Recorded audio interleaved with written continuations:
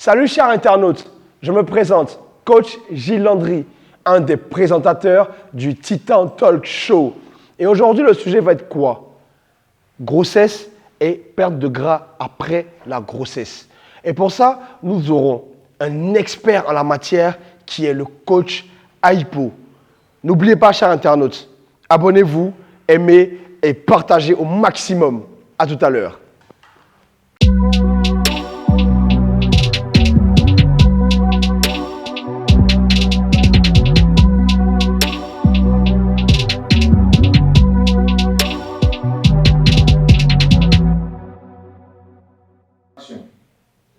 Salut chers internautes, nous sommes encore dans le Titan Talk Show. Aujourd'hui, nous allons parler d'un sujet qui va intéresser beaucoup les femmes.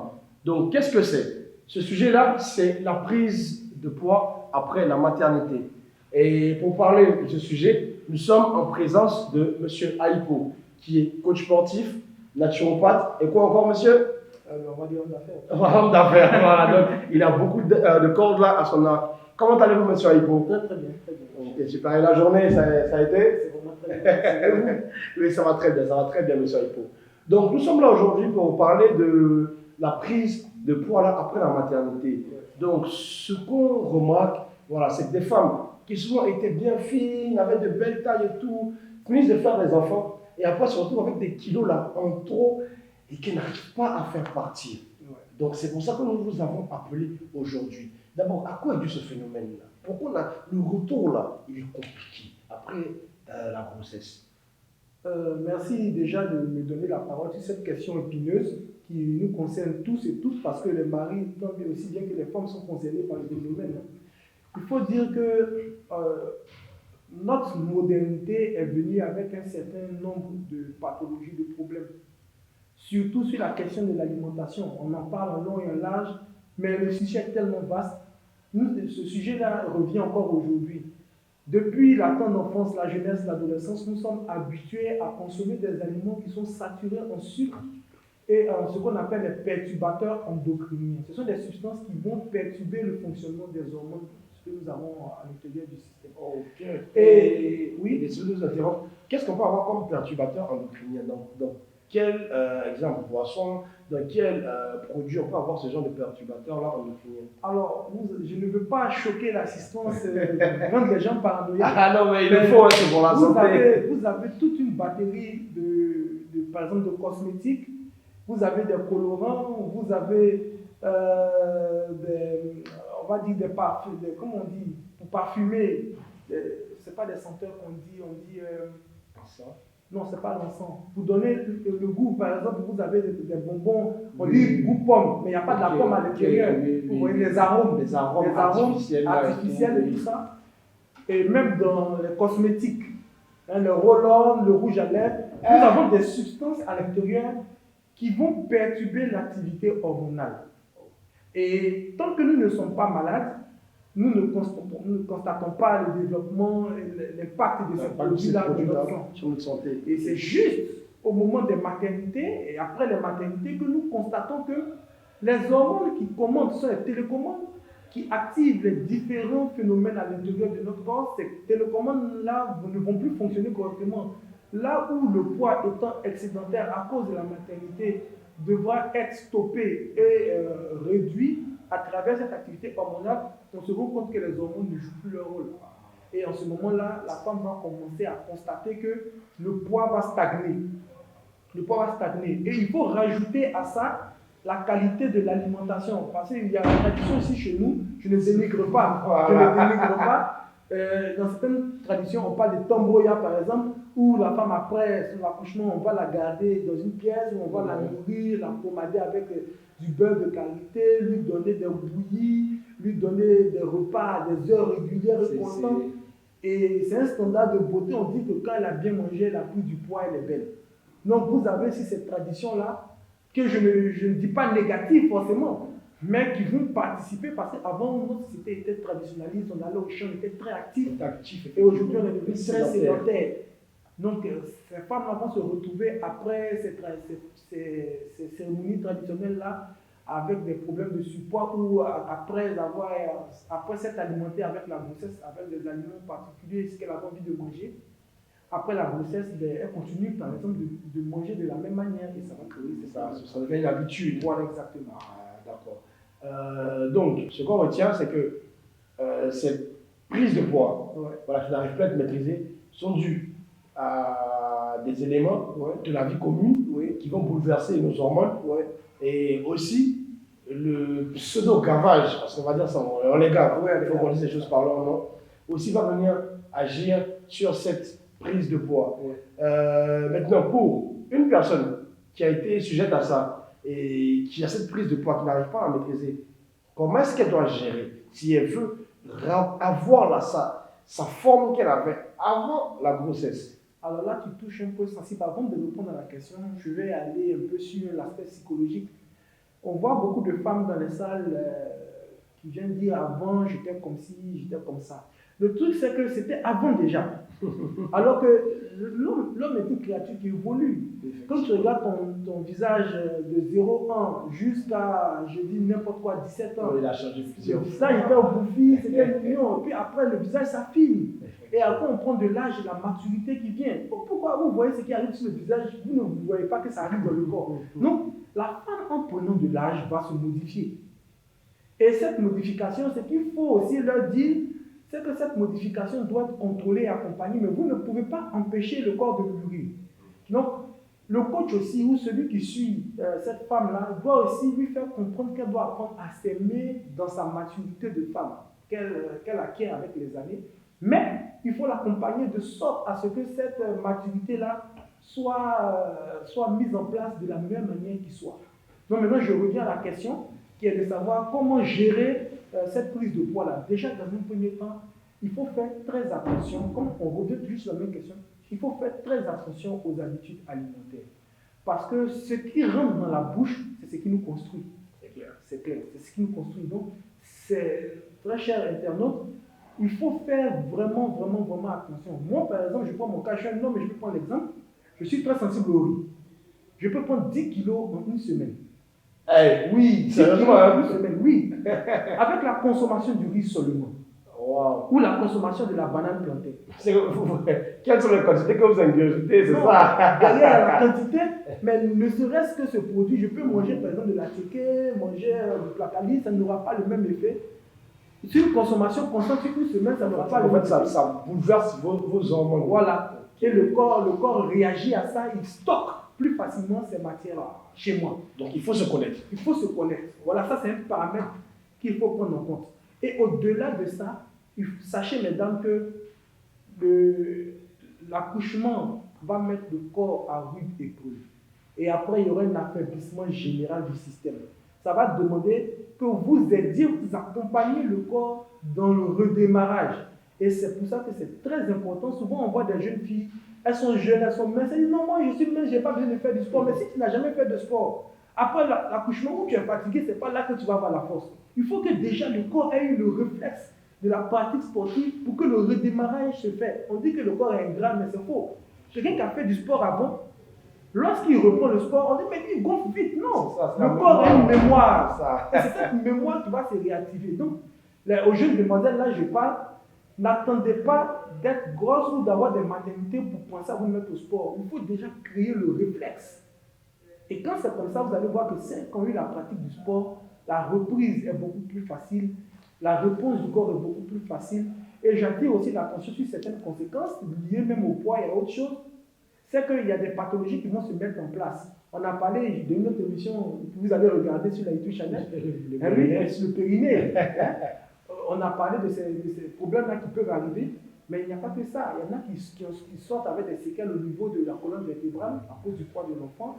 Il y en a qui ressortent avec des tensions, des diabètes, des problèmes articulaires. Et c'est malheureux parce que tout ça c'est lié au poids. C'est malheureux parce qu'elle n'arrive pas à faire la gestion de ces choses-là. Il faut respecter la femme, les internautes. Voilà, c'est vraiment difficile. Voilà, juste pour nous donner la vie là, regardez par rapport à les femmes là, elles passent, il faut. Voilà, c'est la question. Et aussi, il y a la question des hormones dont nous étions en train de parler. Souvent, on voit en Europe qu'il y a des femmes qui se suicident. Elles se suicident parce qu'elles n'en peuvent plus passer. Une fois que tu accouches, tes hormones sont très basses. Une fois que les hormones descendent, des humeurs, tu as du mal à contrôler tout ça. Et la pratique du sport est un exutoire. C'est un moyen de canaliser, de contrôler, au-delà de la nutrition. Donc le conseil, pour finir, que je donne sur cette question-là, c'est d'avoir un meilleur suivi sur l'alimentation. Je reviens toujours sur les mêmes conseils à avoir à faire avec les spécialistes, et une pratique sportive régulière et constante. Merci, M. Aipo.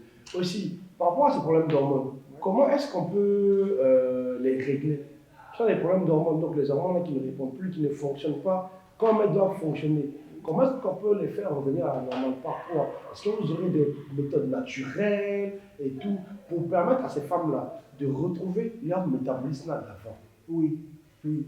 Il y a plein de méthodes, il y a une pléthore de méthodes, mais je vais donner 2 ou 3 méthodes.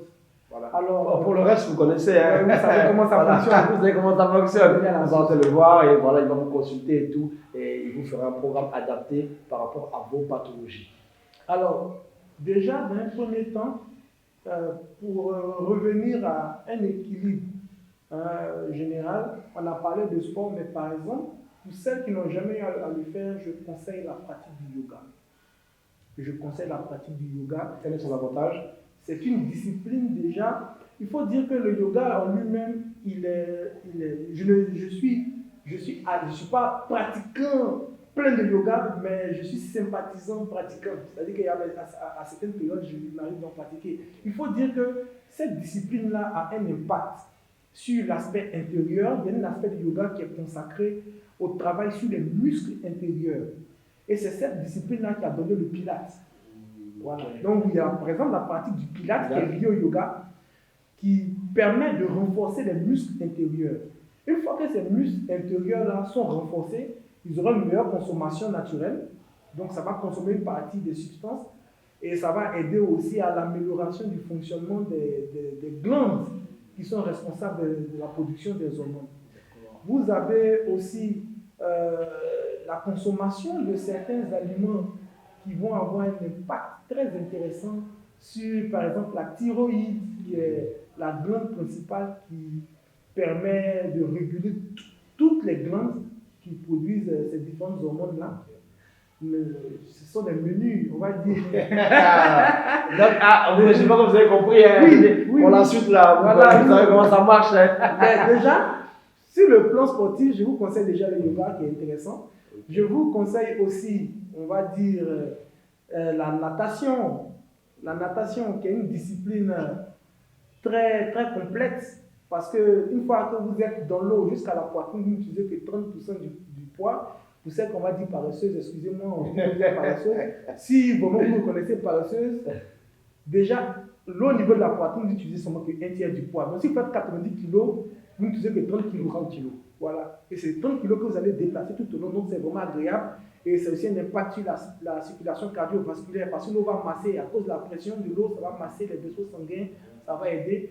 Et plus allonger dans l'eau, tous les muscles travaillent. Donc, tenez-vous bien, on aura bientôt dans le Titan Talk Show l'intervention même d'un professeur de natation. Donc, voilà, vient nous parler de cette discipline. Et vous savez, de toute manière, l'activité sportive en elle-même, quelle que soit la discipline, active les différentes glandes. Et ces glandes-là vont se réguler à force de travailler. Donc, aujourd'hui, le sport, la nutrition dont nous sommes en train de parler, ce n'est plus un luxe, c'est une nécessité parce que tous nos aliments sont saturés en sucre, en perturbateurs endocriniens, en tout genre de substances qui ont un impact que nous ne maîtrisons pas sur notre santé. Donc, très chères sœurs, très chers mamans, vraiment, nous vous exhortons encore, nous vous exhortons toujours à mettre dans vos habitudes cette pratique sportive-là, à vous rapprocher de nous pour l'alimentation, pour pouvoir vraiment bénéficier de solutions qui vont vous aider. D'accord, coach Aipo. Donc, ce qui ressort de cet entretien, coach Aipo, c'est que d'abord, le corps il change et il faut l'accepter. Voilà, notre corps il va changer et il faut l'accepter. Aussi, au niveau de notre alimentation, on a beaucoup d'éléments qui vont venir perturber nos hormones. Il faut faire très attention. C'est pour ça qu'on vous dit généralement, donc, nous les coachs, qu'il faut éviter les aliments transformés généralement, donc les aliments industriels. Parce qu'ils vont venir perturber là nos hormones et on va se rendre compte lorsqu'on aura des problèmes, donc lorsque le corps va devenir faible, comme après l'accouchement, parce qu'une femme aura fourni assez d'efforts. Et là, ce qui va arriver, c'est quoi? Il ne pourra plus avoir la reconstruction naturelle là, parce qu'on est faible et ces hormones qu'on avait, ces aliments-là qui étaient stockés dans notre corps vont maintenant commencer à ressurgir et nous créer des réactions comme une perte de gras qui va devenir difficile, on peut commencer à avoir mal à certaines articulations, voilà, et tout ça. Donc, mesdames, l'activité sportive là devient pour nous un impératif. On ne va pas attendre de tomber enceinte pour chercher le coach, non, coach, j'ai fini d'accoucher, maman, non. Déjà bien avant, il faut commencer là à prendre soin de son corps, de ce qu'on met dans le corps et de lui-même en l'entretenant par l'activité physique. Et c'est pour ça que nous avons appelé coach Aïpo. Pour celles qui auront toujours des zones d'ombre, ou pour ceux qui veulent aider leurs femmes, voilà, et pour qui il y a encore des zones d'ombre, vous pouvez contacter M. Aïpo qui est formé pour ça, pour ce suivi-là, pour vous permettre d'être en bonne santé. Donc, on va laisser M. Aïpo donner le mot de fin. Bien, très chers internautes, comme vous le savez, je reviens toujours sur ces mêmes mots. Notre santé, c'est un capital qui nous est donné à la naissance. Nous avons le devoir d'en prendre soin jusqu'à un âge avancé. Et cela, c'est notre but principal à travers les conseils que nous vous donnons. Il ne s'agit pas d'écouter et de garder ces informations-là pour décorer, mais c'est de vraiment penser à les mettre en œuvre et en pratique pour que ça devienne une réalité dans votre vie, une bénédiction dans vos vies. Vraiment, je vous exhorte, et surtout, n'oubliez pas que nous sommes là pour vous dans le Titan Talk Show. Donc, chers internautes, merci de nous avoir suivis et on se dit à très bientôt dans le prochain numéro du Titan Talk Show.